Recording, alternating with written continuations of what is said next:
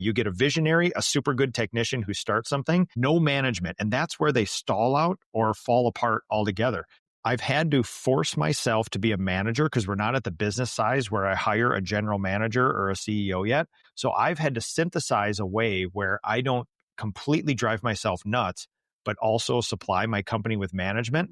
That has completely coincided with being a better father and a husband. Welcome to the Bringing Up Business podcast, where we talk about business and parenting. Whether you have an idea for a business, you already have a business and you're planning a family, or you want to upgrade your existing business and family situation, our goal is to empower you with strategies and confidence. I'm your host, Kayla Sachet, owner of a marketing and creative agency called Umari Digital. I am also proud to call myself mom. I have a 2-year-old who I get to hang out with every day and who is sometimes also my sidekick on work adventures. Today, we have the honor of learning from Nick Slavik. Nick Slavik is the proprietor of the Nick Slavik Painting and Restoration Company. His company will celebrate its 18th anniversary this year, with over 40 people employed. He is also the host of Ask a Painter Live. Ask a Painter Live has aired weekly, legitimately weekly, every week. He shows up every week for over 9 years, championing entrepreneurship as an avenue for freedom. Nick, I'm so excited to get to hang out with you again. Welcome to the show. Thank you for that. And I was just admiring your beautiful voiceover voice. Like you have like the great tone and pitch for doing reads just like that. That was perfect. Oh, okay. I'll have a nice little extra skill I can add to my repertoire here. I love it. Thanks for sharing. I appreciate that.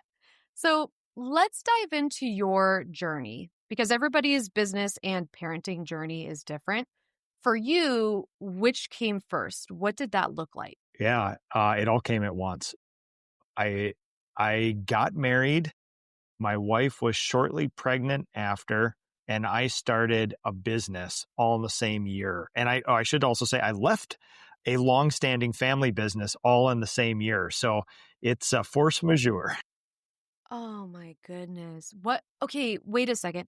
Tell me about this family business that you walked away from. Like what was that like? I mean, having to say no to something is a very difficult thing to do. So why did you walk away from that business? Yeah, and to be I love accuracy. My father basically had no place for me, so it was more of him saying you can stay if you want, but there's not much here for you. So very long story short, my father got me started in the painting business when I was 10 to 18, worked for him, 4 years in the Army, did college after that. I tailored my entire college education to running entrepreneurship, small family business, trades-based business, and then joined my father after college. And basically we had a big powwow and it's like, hey, what are we going to do here? We got a bunch of families to support. And very kindly, he said, this is my business. I don't have any plans for that. And I had worked my entire life building up to me doing the, Atlas holding up the globe behind the scenes of this business so that my father could have a retirement, my brother could grow a family. And it just wasn't there. And it was a huge shock to the system. Father didn't show up to my wedding. And 6 months later, I started my own business and we started a family shortly after. And a lot happened in that year. Yeah, that sounds intense. I thought, so, my story, I started my agency and then a month after I found out I was pregnant. So I can understand what it's like to have a million things happen at once. But that all sounds so intense for you. I can only imagine what that was like. Well, I had this really interesting experience where growing up, I didn't have the best guidance and perspective from parents. So I was just kind of flailing out in the world anyway. And I served in the military between 2000 and 2004. So I went to 2 wars. I went and got a college education. And honestly, I had this experience decompressing from that military experience in college and then through family I found myself saying a lot of time, all you want, like in college, all you want me to do is read a chapter tonight? What's everybody complaining about here? You're sitting in a chair and you're reading a book. And you guys are angry at that? And so at some point, it's like I just came down from, sleeping in the dirt, all sorts of other things, not having food for long periods of time. And then when something like that happens, it's ballasted against that. And you're like, well, it's still not that. So it's the theme for my life for probably the last 18 years of running this business is it would have to be pretty bad for me to have a bad day. A lot bad would have to happen all at once for me to have a bad day. So I've been operating under that for 2 decades now. What a blessing to be able to experience. No, seriously, to be able to experience such a low, right? And experience actual difficulty so that it can color the way that you view daily life. And I imagine you're walking through the world with a lot more gratitude for the basic things. Well, and I have to be really careful. It comes with a lot of cynicism as well, too, because it's very easy. I grew a very high pain tolerance, and it's very easy to walk around the world and be very critical of other people who complain about small things, or I can't seem to show up to work. And you're like, do you understand? Like, compared to what? Like, that's hard for you compared to what? And so finding a place to lead my family and my businesses through empathy has actually been the biggest challenge of this entire 2-decade period. That's a very important point, right? It's so easy for us to look at other people's situations and maybe we're not obviously we're not getting the full 360 of somebody else's life. We never can actually be in somebody else's shoes. We can only imagine it. And so it's so easy for us to look at other people and be like, hey, they got it easy. Why are they complaining right now? Why are they not showing up in the way that I know that they can? When in reality, they're going through their own difficulties. And so I love how you touched on empathy. Empathy is such an important cornerstone of how we can be in community with other people. So let's talk about that. How does that enter into your business and your family? What does that look like in those two realms? This has been my life's work for 2 decades of trying to close the gap between where I know I need to be with this and where I actually am. And every year through intentional work, you bring it closer and closer. And if I'm being honest, I think I've had some pretty major breakthroughs in the last 3 to 6 months of this sort of thing. This is like a million conversations all in one. But the thing that helped me find peace with this so I can be present and empathetic with people is figuring out what I think my actual purpose is, like my direction, not a goal in life, because you could say like, hey, I want a business to be this big. I want this many kids. I want a cabin and a boat. And the problem is like when you get those things, if you consider that your life's purpose is now over. And now you can understand why a human would slide into a midlife crisis and existential angst and things like that. And so I've done a million pounds of work on trying to find my purpose. Like, what is the direction I head in that will never be solved? And as long as I stay on that direction, a lot of these other little minor things that pull me into unempathetic Nick don't seem that important because they don't move me closer to my purpose. I've made more peace with that sort of idea and finding empathy in the last 3 to 6 months than I have in the last 20 years. That's incredible. I mean, that the inner work that it takes to understand understand the difference between goals and purpose, because they are very different. You mentioned a couple of breakthroughs in the past 6 months. What did those look like? Well, there's sort of this concept of like, and I'm sorry, these are super basic things, but they're things that I didn't grow up with. So I'm all being exposed to them in the last 3 years of intense sort of work on myself. But you have a choice. You have like 3 choices with every personal and professional relationship you have. You can lean into it and be productive. You can lean away from it and be not productive, or you could do absolutely nothing. And so thinking about who my relationships are and what level of leaning in and leaning out or doing nothing I should do has been all the difference. And including, I've leaned into my relationship with my wife more than I have in probably our 18-year, 20-year relationship recently. And she has done the same. And that has brought me so much professional peace. I didn't understand I didn't understand how much it affected me, because sometimes you can go 10 years, 20 years with this thing that you just assume is a baseline, and it's not a baseline. And when you really start leaning in and doing uncomfortable stuff and working through uncomfortable things, you realize, like, oh my God, I've been dragging around an 80-pound backpack with me for all these years. And all of a sudden you get this light and airy feeling. You move closer to your purpose. And then all of a sudden these little squabbles while an employee was late to work doesn't seem as important anymore, you know? Absolutely. Absolutely. I completely understand what you mean. I spent my 20s doing so much internal work. I came from a very difficult childhood. And so I had to confront that. Otherwise, I mean, there was no option, right? If I didn't confront that, I could see the road that I would head down, and it wasn't a good one. So I chose to do that work, and it's not easy. It's not easy confronting all of the things that scare you and make you uncomfortable, and practicing the opposite every day and leaning into those fears. But I'm so glad that I did, because like you say, you realize you're dragging around this 80-pound weight. And you don't know that you're dragging around that weight until you do that. Absolutely.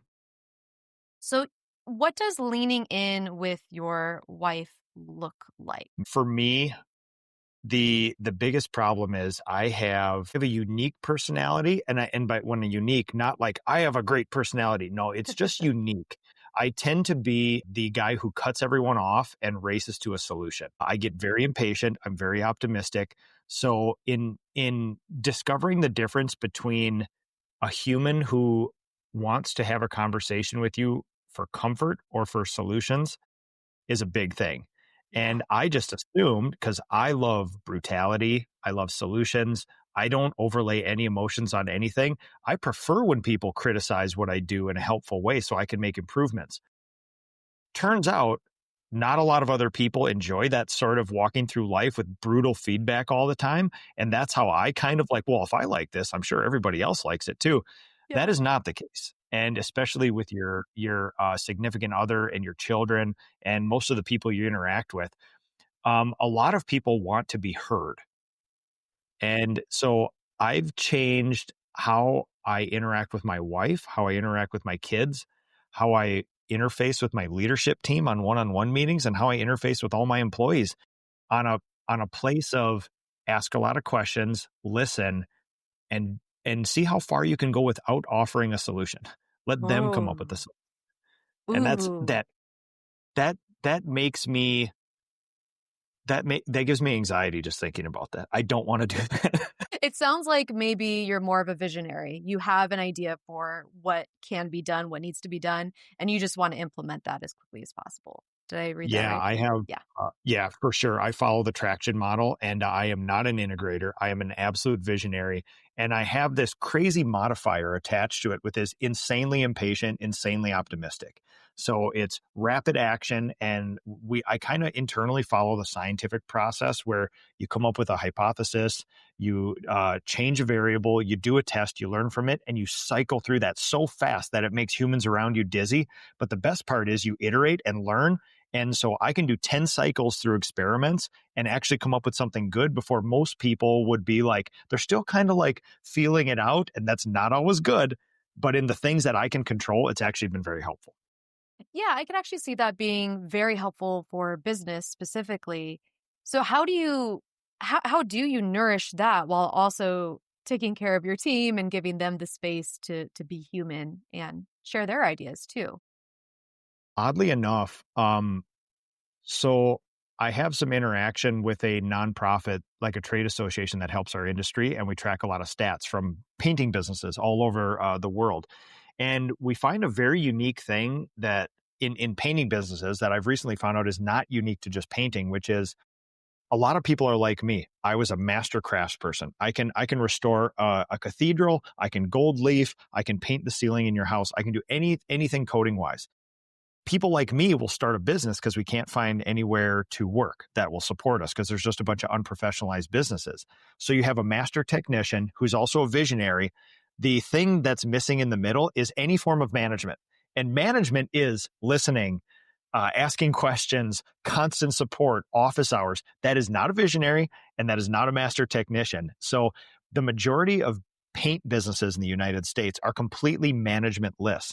What I've recently found out is most businesses are the same way. You get a visionary, a super good technician who starts something, no management. And that's where they stall out or fall apart altogether. Long way around of saying, I've had to force myself to be a manager because we're not at the business size where I hire a general manager or a CEO yet. So I've had to synthesize a way where I don't completely drive myself nuts, but also supply my company with management. That has completely coincided with being a better father and a husband. So when I went down the path of performance coaching, so I'm from Minnesota. We can't say therapist here. We're very, we have we use performance coaching because we're so private and we're so introverted here. So when I went down the line of performance coaching years ago, I basically said, I need to become a better manager, and for my kids, for my wife, and for my businesses. And I had to confront a bunch of brutal things about myself to do that. Those things, the improvement with the relationship with my kids, my wife, and all of my businesses has all improved with me learning empathy, listening, and asking questions. So beautiful. Remind me again, how old are your kids? Yeah, they are 10 to 16, 2 years apart, two boys, two girls, all evenly spaced. Wow, that is just like the perfect staccato. Okay. And how have you noticed your relationship with your kids shift as your internal being has shifted through performance coaching? Yeah, through my many performance coaching sessions. Yes. So there is like the soft skills, there's like the listening, the asking questions, and the empathy. But then there's also me with my spreadsheet where I take 8 areas of life that I want to be intentional with, and you attach some sort of purpose to it. And then you have very long-term goals. And I have goals all the way down to the week, which is what do I need to do this week in order to move towards my purpose? And then I have accountability partners who help me with that. And so, yes, there's this whole thing about, Nick, you have to have a system of listening, answering questions or asking questions, things like that. But then you also have to overlay, like, are you just going to stand around and hope that happens? Or are you going to say, 4 times this quarter, I want to go golfing with my oldest daughter because she loves that. She asked me to do it, and that will force alone time, and that will give us time to listen and ask questions and things like that. So we overlay KPIs with the soft skills, and that keeps me on track. I don't want this to sound like robotic sort of stuff, but that's what I need in order to move towards my purpose. Yeah. Well, that's a very important point to make, right? It's important that we understand ourselves and how we tick, what works well for us. And so for you, having the KPIs with the soft skill overlay, and it sounds like the accountability and the overall purpose drive, that is the system that you have intentionally built in order to drive this vehicle forward and live a life that feels more on target for you. So it sounds like first you have to understand your major life purpose and what your values are. Otherwise, you have no idea where you're going and what you're doing, what matters to you. And once you understand what your purpose is and what matters to you, that can boil all the way down to your daily life and understanding like, oh, I don't feel good right now. And that's probably because I'm in misalignment.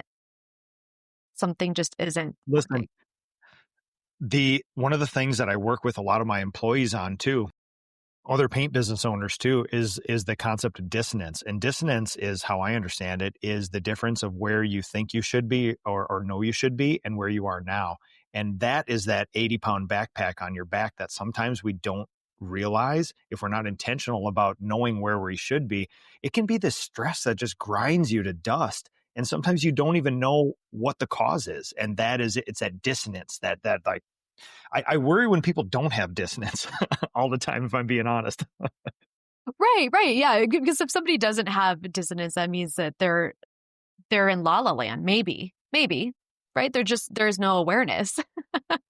So what are the red flags from your perception that somebody is not in alignment, and what would you suggest for somebody to get that help? Like what does that look like? Yeah, 100%. So malaise, like general malaise. It's like you just feel like you're being crushed by everything and everyone around you. I can't be consistent. I'm not waking up on time. My job performance is not great. I'm disappointed in the last couple ways I've interacted with people. That's somebody, that is somebody. This may be a little more about me than somebody else, but that may be more about you and not having a system in which to decide what to do.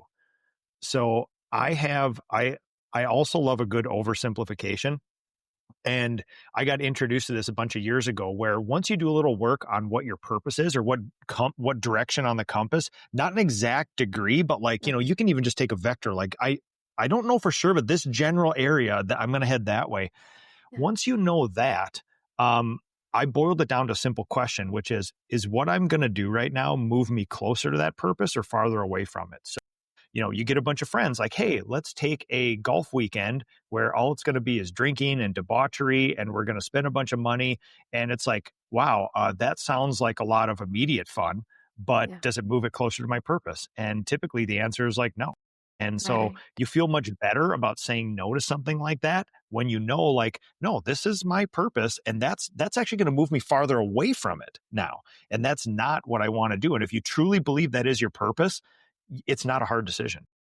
Right, right. Having that compass set, again, maybe not to the exact degree, but the general vector that can help immediately lead your decisions. Yeah, Percent. that Yep. And that it makes can sense. work. So that's like, yeah, that's a bad example. Like, hey, do you want to go on a bachelor party? It's like, I don't know. It doesn't interest me anyway, and it doesn't move me closer to my purpose. That's a hard no. One of them actually with people like my personality is I should start another business. And you're like, whoa, wait, like, does that move you closer to your goal? Because we all suffer from some form of shiny object syndrome. And you can Mhm. literally be like, but it's not a big business. It's just a little online business. And you're like, okay, does that move you closer to your goal or not? And that it can rein you in that way as well, too. That completely resonates. I have I have that problem. I just the ideas come to me, and I feel like I have to be the one to nurture them. And ultimately, I've come to realize that by spreading myself so thin with so many different ideas, now I'm not serving anything at all. Nothing moves. Yeah. So Everything let's goes backward. yeah, everything goes backwards. So let's talk about how does that empathy show up in a day-to-day way within your business? So say if an employee shows up late, for example, like how do you handle that? What do you do? Yeah, I have a decision making rubric around that. My response is dictated by the answer to one of these two questions. Is it a core value violation that they're late, or is it a technical violation? So a technical violation is, listen, people make simple mistakes. Is this a good person? Does this person take care of our clients? Do they follow our standard operating procedures? Are they decent human beings? And if the answer to all that is yes, and they made a simple mistake, do not crack open their neck and scream down their face. Like, I know this because I did it for the majority of my life of zero empathy, zero. I used to fire people. If you're late 3 times, I would give you a choice. I'm docking you $1 an hour or you're fired. What do you want to do? Wow. And I come Yeah. to realize there's a whole bunch of awesome human beings that are going to be 13 minutes late every day. And that's the only thing that's wrong with them. Right. And so at that point, you're just like, boy, that makes me tremble. It makes me so angry. I shake inside that you're doing this because you could solve so many things by just being 13 minutes earlier every day. But at the same time, they're like, you know what? At what cost? At some line, these are awesome human beings. They're trying very hard. They've probably not been raised like I have, been to 2 wars, have a college education, got married and had 4 kids. I bet you when they get a little more life experience under their belt, they'll probably make more decisions too. And in the meantime, they're awesome humans. Wow. That sounds foundational to building a business that's actually going to work together and thrive together. Instead of this opposition leadership, not even leadership, management or boss versus employee. Now it's all of us as a team. We all see each other. We identify each other as being one in this mission. We're all moving forward together. The biggest problem is, growing up with no perspective, you assume everybody performs like you, thinks like you, likes feedback like you. And honestly, for us business owners, visionaries, and the innovators of the world, it is not that case. And recalibrating yourself to interact with the rest of the world is sometimes a very difficult thing, especially when I got raised in a thing where I just got screamed at, do it better, do it faster. And there was no empathy. There was nothing. So I led with that sort of same thing. And recalibrating that has literally been the toughest thing ever. Yeah, yeah. Aside from performance coaching or therapy, how else can you gain a wider perspective so that you can better see other people? Man, the topic of this week that I've been ideating on is friendship. And I host 2 retreats a year. I just got done with one last week, and the overarching theme of that thing has been friendship and the benefits of friendship. And sometimes when you don't know your purpose or which direction to go, sometimes just forming and deepening meaningful relationships is all you need until you take that vector and narrow it in like that. I have this is going to sound really gross, but it is true. I have 5 different humans that help me in some form of accountability and brutal feedback in my life. Some are performance coaches, some are friends, one is a mentor. And that sounds like, well, all you do is just go around from counseling to counseling and mentor to... No. Listen, I probably have 3 to 4 hours a week of this sort of thing and 5 entities that do this. But it is literally a combination of friends that are in a different season of life than me, a mentor, a formal coach, some therapists. And honestly, I found a great rhythm with a couple hours a week for that. And that's literally the thing that helps me. I didn't have any outside perspective growing up. And I have to get it really quickly now because of the stage of business and family we're at. What do you think was the catalyst for you in realizing, okay, I have a narrow perspective. I've been growing up, maybe I live in my bubble. Now it's time to do some work and learn from other people. What shifted for you? So also been thinking about this, but there's a pattern I have where I have biological urges to do certain things. Start a painting business, ask a painter, grow these businesses, find friends. I was not raised by somebody who has those things. And by whatever reason it's here, whether it's chemical or spiritual or something else, through all of this adversity, through all of you shouldn't have friends, they're all your enemies, you need to treat other people harsh. Through all that, a lot of that didn't make sense to me. And I had these biological urges to do something different. And I don't know where it came from. I'm trying to figure out that, but they're there. And I'm so grateful that they are. And I wish I had something better to tell you, but I can't sleep at night if I don't do these things. And I don't know why. I get that. Oprah used to call them the whispers. It's something that speaks to you and is like, hey, something is off. Something is off. And she would say, the whispers will get louder and louder until they are screaming at you and shaking you and breaking you until you listen. And so what a blessing to be able to listen to them while they're still tiny. I love putting it under that because the whispers have never been quieter than they are right now in my life. And I'm grateful for that. It sounds like you're tuned in, right? You can't hear the whispers unless you are actively trying to listen for them. Yeah, more tuned in than I was before. Yeah. It's funny. This is a show about business first and then parenting and how those two worlds can live together.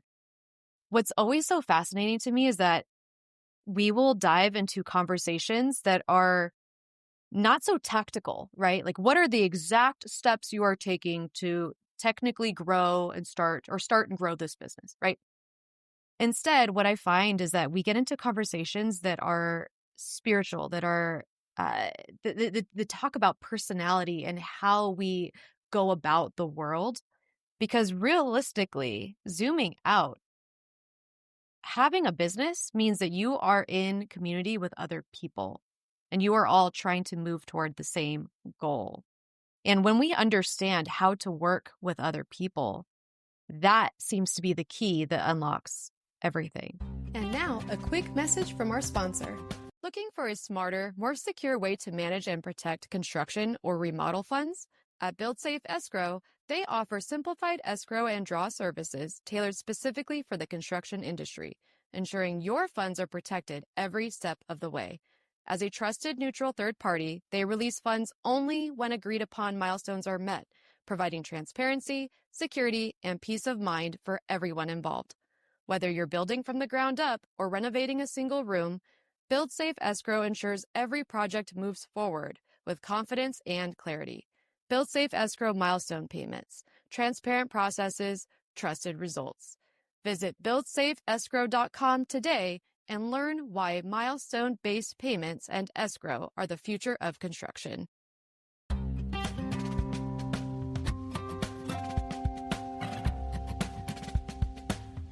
Thank you for staying with us, and back to the show. So let's talk about how do you do all this? You have your business, you're doing your inner work, you're doing your podcast, you're also spending very intentional time with your kids and with your wife.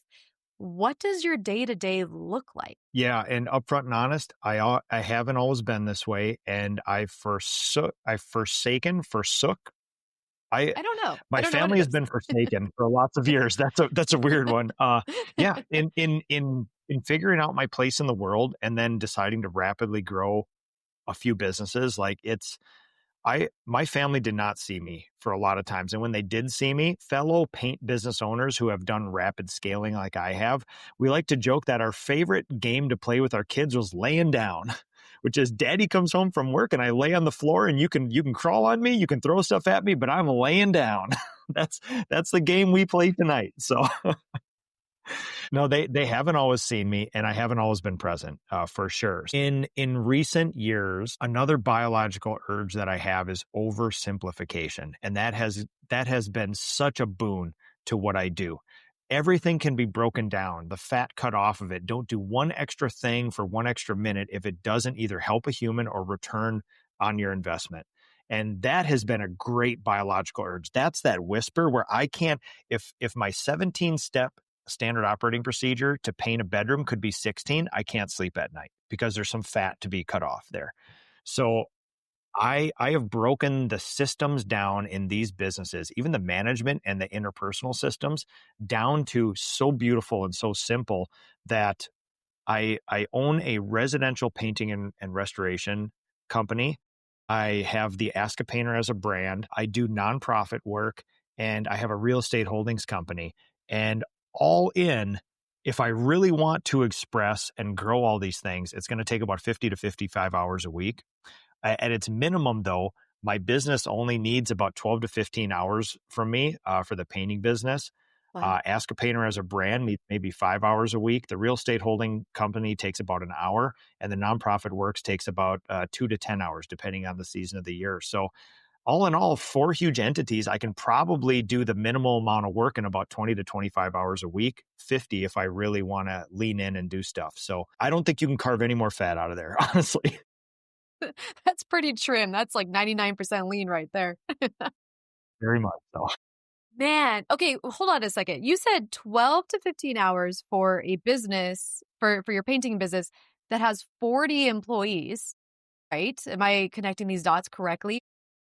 How do you manage a team of 40 in only 12 hours a week? Some unsatisfying answers and possibly some satisfying answers. Number one, if you recruit good people, it takes up about 20 to 30% of management. If you recruit good people, you will save about 30% of your week just from managing all the stuff that should be managed by, we operate under the decent human being principle, which is we typically find people who are great humans who have never done this before. We start with the base where people are going to show up on time and treat others nicely, and then we overlay our technical skills. And that's been a great strategy. Insane amount of investments in human and patience and empathy, but in the long run, it does pay off, and we're in the long run. So number one, you can save 20 to 30% of all the headaches of business that we always think about. The constant, oh my God, this went wrong, or this didn't work well, or this happened on a job site. And just by recruiting better and firing quicker. If somebody's not an immediate heck yeah in your company in a week or two, you just fire them. That's just it. Yeah. That's just how it goes. Then there is standard operating procedures. So business owners like us, we love systems and processes.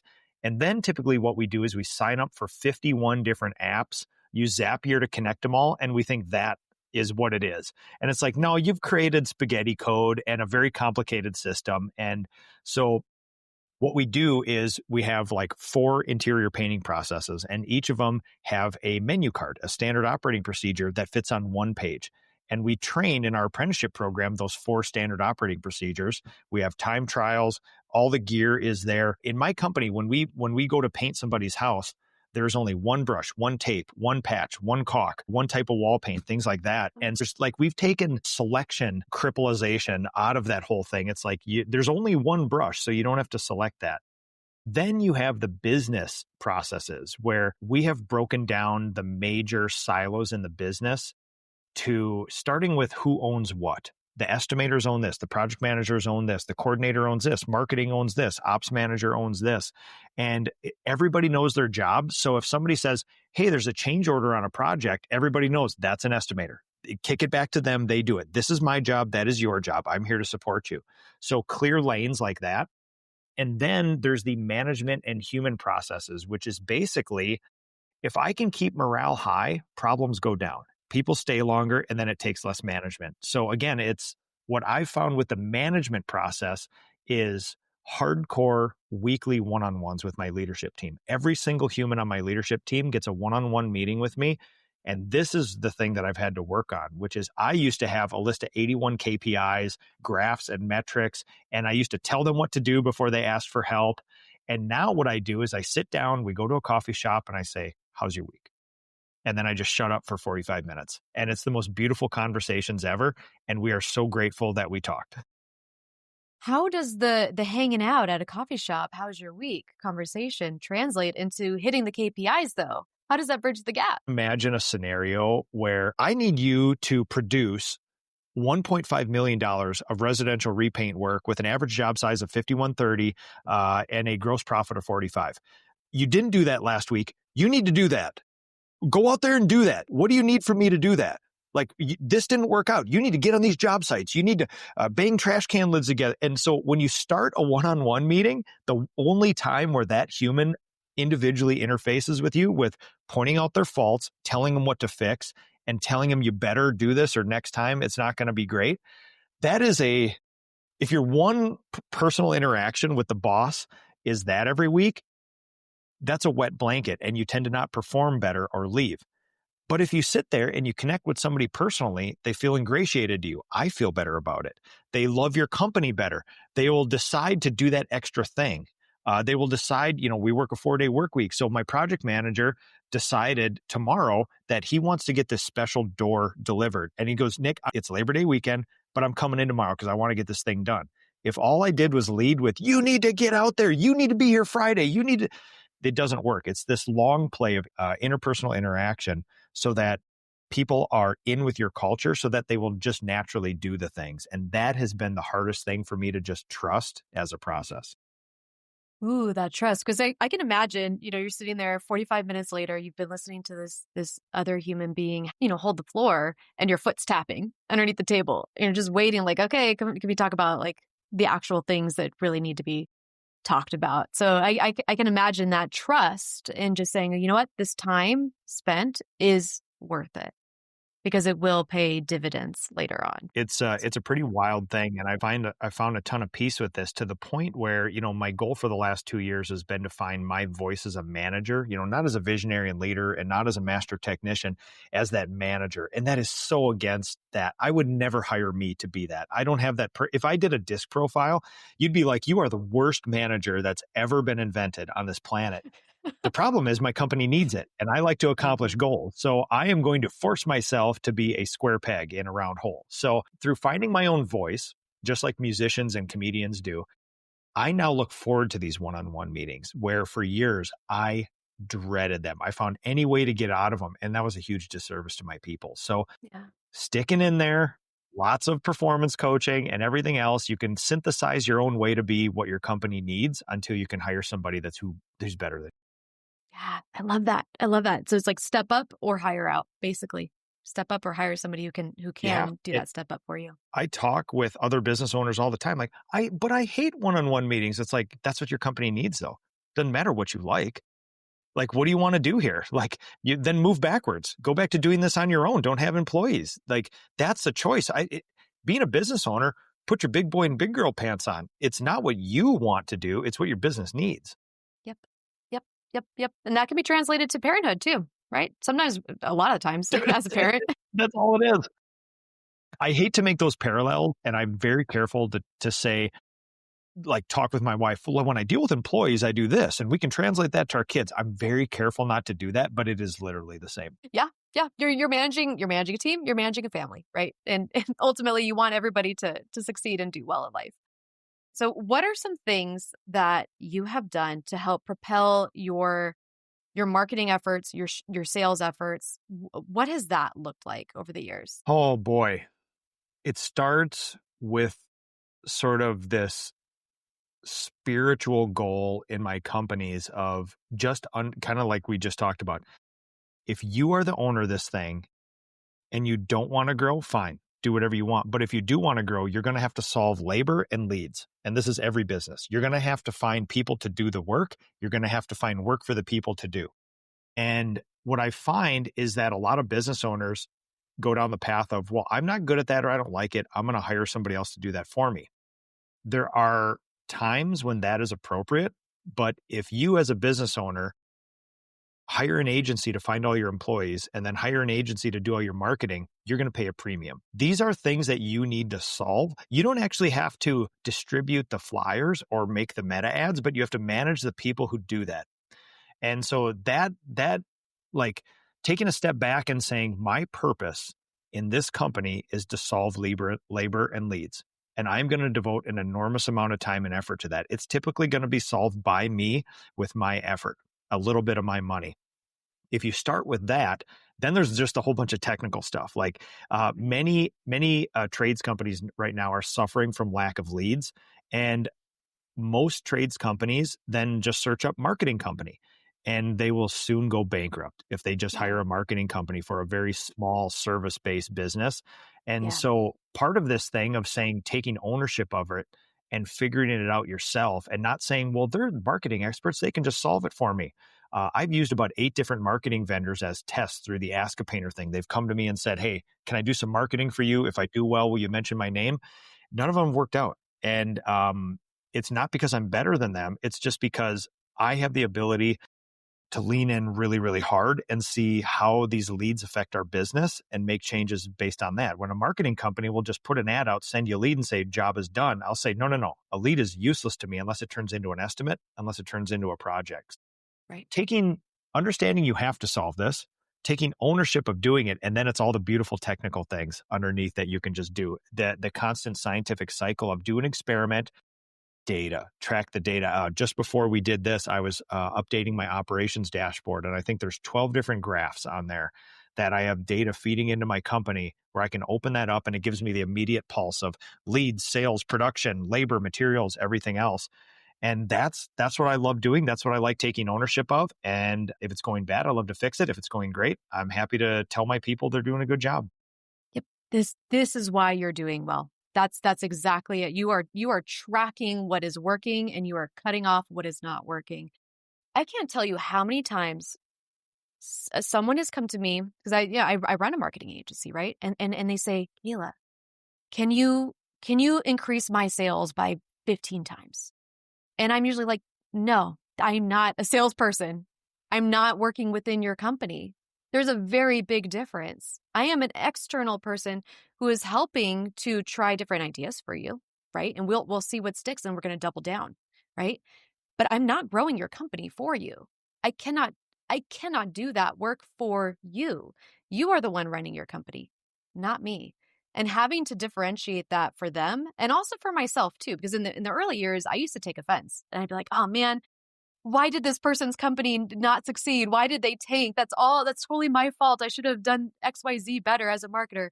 It's like, no. If you're going to start a business, it is up to you to take full ownership. Labor and leads. Just understand, what is it going to take to actually do the work within your business, right? I'll send I'll send leads to somebody, but they have no idea what to do with it and they flop.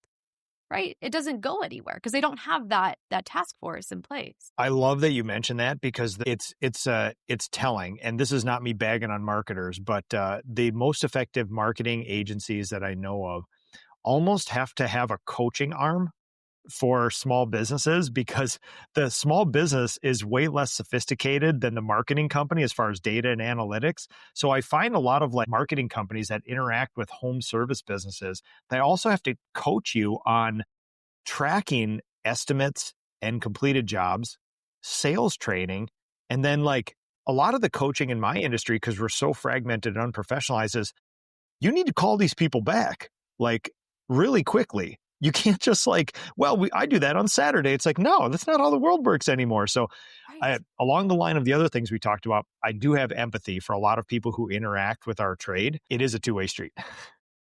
We've just came out of the crazy, irrational, exuberant COVID times where there was a monstrous tailwind of leads.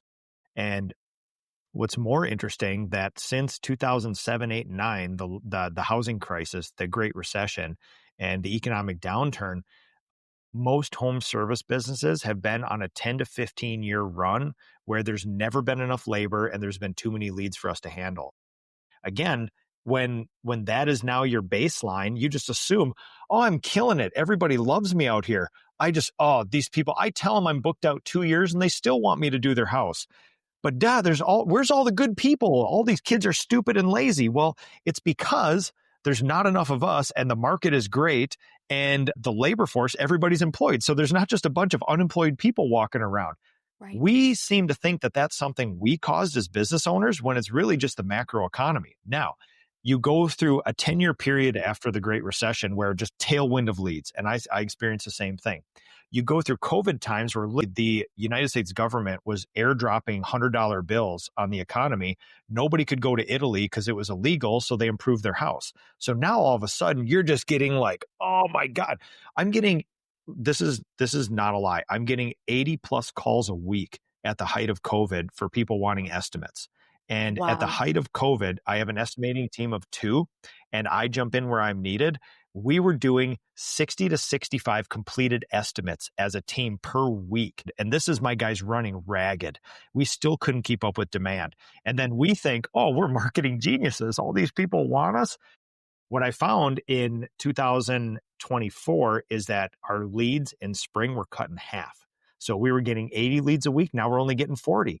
And so I had to make the decision as a business owner, because I take ownership of this, is are we headed towards a recession or are we going back to normal? Every bit of data that I could find internally and externally, my friends who run paint businesses across the United States, many of them 10 times larger than I am, that all had data that corresponded with mine, which is we are not crashing and burning. We're going back to what it was before COVID and honestly before 2009, the Great Recession, where there's not an overabundance of leads. There's not an overabundance of labor. You just have to get out there and do normal business again. And so that's what we're operating under with great success this year. Leads are up. Labor recruitment is higher. We've never done better with each of those because we saw that coming. So that's basically what we're dealing with in my industry right now. So, and that's the power of tracking your own internal data. That's the power of understanding the overall macroeconomy and what's actually happening. And there's a great value in speaking with other business owners around you and getting a gauge. Like, what are you also experiencing? Am I just like the only crazy one, or is this actually shifting? So it's so good to have all 3 of those points in your back pocket so that you can better prepare for the next season of your business. Nick, I have learned so much from you. Thank you so much for sharing all of your tactical wisdom, but also I really appreciate your touching on the soft skills because that is so essential to business. Where can people find you, your restoration company? Where can people find your show? Yeah, a single source of truth is website, nickslavik.com. But honestly, if you get on Instagram, if you get on Facebook and type in Nick Slavik, I've given you over a decade of stuff to trip over. It would be hard not to find me on any of those things. Amazing, amazing. Thank you so much for your time today. We really appreciate it. Thank you. Thank you for joining us on Bringing Up Business. If you could, please take a moment to subscribe to and rate the podcast on Apple, Spotify, or wherever you get your podcasts. You can follow us on Instagram at bub.podcast. That's BUB.podcast. Finally, we'd love to get your feedback. If you have a comment or a guest idea, please let us know on our website, bringingupbusiness.com. Until next time, thanks for joining us. Say bye-bye. Bye-bye. Say bye-bye. See you later. Bye-bye. See you later. This recording is for informational purposes only and should not be considered business advice. Opinions expressed are as of the date of recording and are subject to change without notice. The views and opinions of guests on this program are not necessarily those of Umari Digital and its affiliates, which together we refer to as Umari Digital. Umari Digital is not affiliated with guests or their business affiliates unless otherwise stated. Umari Digital does not guarantee the accuracy or the completeness of the data presented herein. This recording is for informational purposes only, and the information, data, analysis, or opinion it includes or their use should not be considered business, financial, or legal advice. Umari Digital shall not be responsible for any decisions, damages, or other losses resulting from or related to the information, data, analysis, or opinions or their use. All business decisions are subject to risk, including possible loss of capital. Individuals should seriously consider if a decision is suitable for them by referencing their own financial position. Thank you.